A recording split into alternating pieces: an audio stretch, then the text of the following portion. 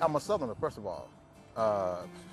As you know, I'm a former president of NAACP in the city of Asheville, North Carolina. After I read some of the letters from my babies on how they were losing their First Amendment rights at the schoolhouse and how people were using implied immunity to stop them from wearing their little Dixie Outfitter t-shirts, a lot of them crying out to help from the Southern Legal Resource Center.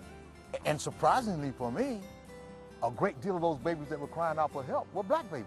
The whole institution of slavery has been blamed solely on Christian white folks in the South, and the whole world acts as though it didn't participate, and the whole world did participate. You know, black folks and white folks in the Southland of America, we've been family in lieu of slavery for a long time. For me, the victory didn't come with Marsley over there at Appomattox Courthouse for those folks. In the hearts and minds of us, that thing still was there, the love for the Southland of America. So the only way, basically, that we could do this thing is to dumb down the people and grab black folks and divide and separate them down in the South. How are you going to separate Confederate history and Southern history from black folks? But they don't talk about Levi Carnine, Reverend Mac Lee, Hope Collier, John Edgerton. They don't talk about these folks because, I mean, these are black heroes who fought very bravely. Reverend Mac Lee said, bodyguard to the Honorable General Robert E. Lee, he told his people, after he'd educated himself with the money that General Lee had given him,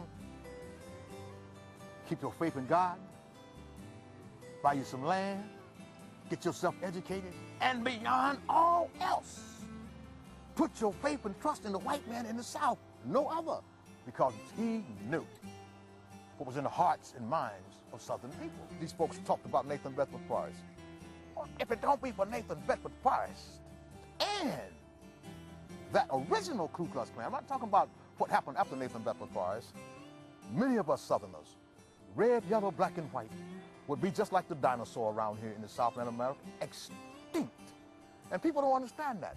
They just say Ku Klux Klan, and all of a sudden they gather these images of my flag and white men standing around beating and hanging and whipping black folks.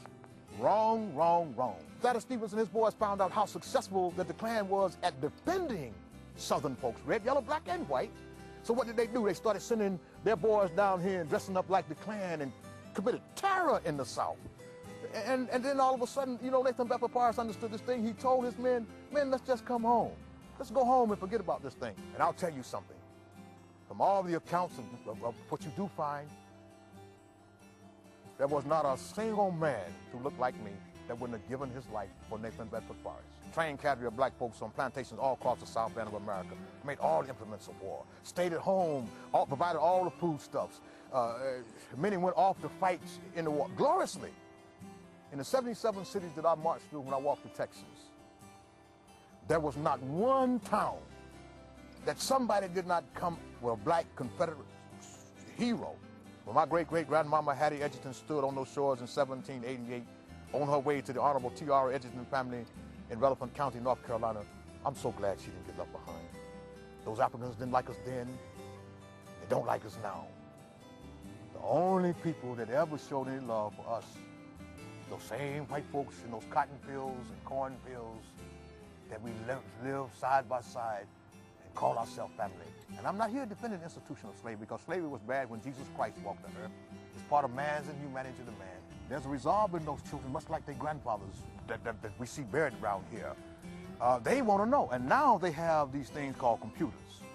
These babies start plugging in these things, and these teachers can't get away with that stuff they used to get away with about, you know, our ancestors were demonic. I am so very, very proud of my heritage and our ancestry.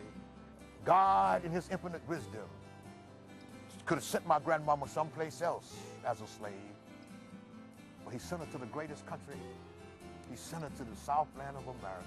If it hadn't been for that white master said, come in here, sit down, John. They burned out all our property. Our money is no good. All the animals are gone. But we family.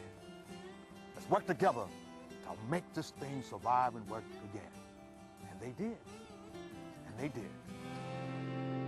To find out more, call 1-800-MY-SOUTH or visit us on the web.